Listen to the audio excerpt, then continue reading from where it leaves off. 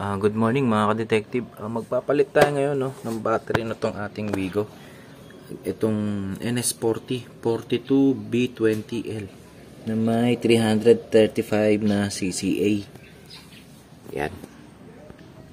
Galing na tayo sa Motolite Gold. Ngayon mag-try naman natin itong Amaron. Okay, ito ipapakita ko sa inyo kung bakit nag-decide ako na magpalit na ng battery. Ayan, check natin yung kanyang CCA, rated na 350. Since Motolite Gold itong gamit natin, alam ko nasa 350 yan. Tingnan natin kung ilan ang CCA. Ayan 167 na lang siya mga ka-detective. Para maipakita ko ulit sa inyo kung ano ang epekto nitong 167 CCA nito dito pag in-start natin yung sasakyan.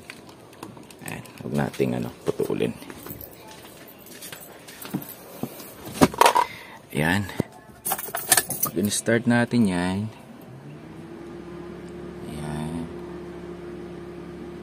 tingnan nyo yung kanyang mga indicator dyan. Ayun nag-i-start na siyang mahirapan or mag-blink. Nagbi-blink na halos lahat ng kanyang indicator. Isa pa, start pa natin ng isa. 1. Tingnan natin kung kakayanin pa. Ayun. Kaya pa naman siya mga detective. Kaso problema kasi niyan, pag nasa biyahe ka at bigla kang malobat, yun ang iniingatan natin dyan or iniiwasan natin. Kasi itong battery na to, itong Motolite Gold, ang tinakbo niya ngayon ay 102 na.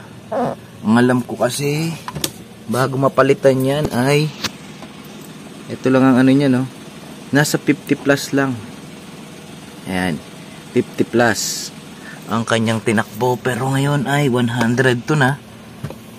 Ayan, 102 na ang kanyang tinakbo. So 50,000 mahigit. So sulit naman na siguro doon yung kanyang battery na Motolite Gold. So ngayon susubukan naman natin yung Amaron brand na battery.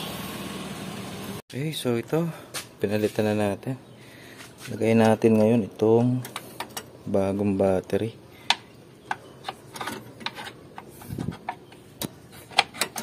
Ayan. Okay, sa paglalagay kabaligtaran nung naunang pagtanggal na negative. Unahin nyo yung positive.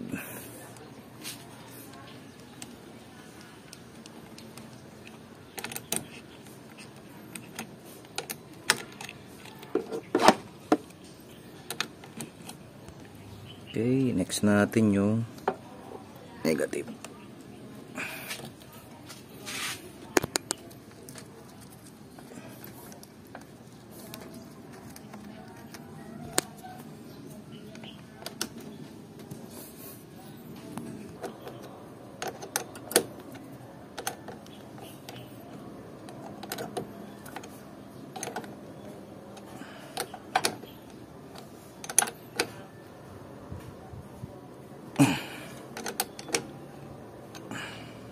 Okay, ito. Bago natin i-start, check muna natin kung talagang 335 yung kanyang CCA. So, set natin ang sakto.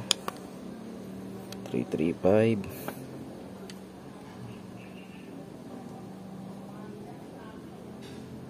Yun. Ay, mas mataas pa siya. Yun nga lang, ang charge niya ay 12.47 lang. Pero, ayan kita nyo, 395 CCA. So, siguro bago natin siya paandarin, charge muna natin siya mga ka-detective. May charger naman ako dito. Ayan na natin siya i-charge mga ka-detective. So, ngayon, testingin na natin, kung maganda nga yung kanyang, kung mataas nga talaga yung kanyang CCA. So, start. Yan. Tingnan natin kung suwabe yung kanyang pag-start. Yun, kita nyo, walang halos nag-blink dito sa ating indicator sa kanyang instrumental gauge, no? So ayan mga detective, sana may natutunan kayo ngayon, no, dito sa ating topic na bago tayo magpalit ng battery, kailangan natin i-consider yung mga ganung bagay. Kasi ako yung Motolite Gold ko, bago ko siya pinalitan ngayon, na-i-charge ko yan ng maraming beses. Kasi umabot din siya ng 2 taon mahigit. Pero dapat yan, dahil nga sa tinakbo niyan 50,000 plus, almost ay 1 year lang dapat yan, kasi nga sa dami ng kanya, sa layo ng kanyang itinakbo mga detective. So hanggang sa susunod ulit mga detective, maraming salamat po at God bless po.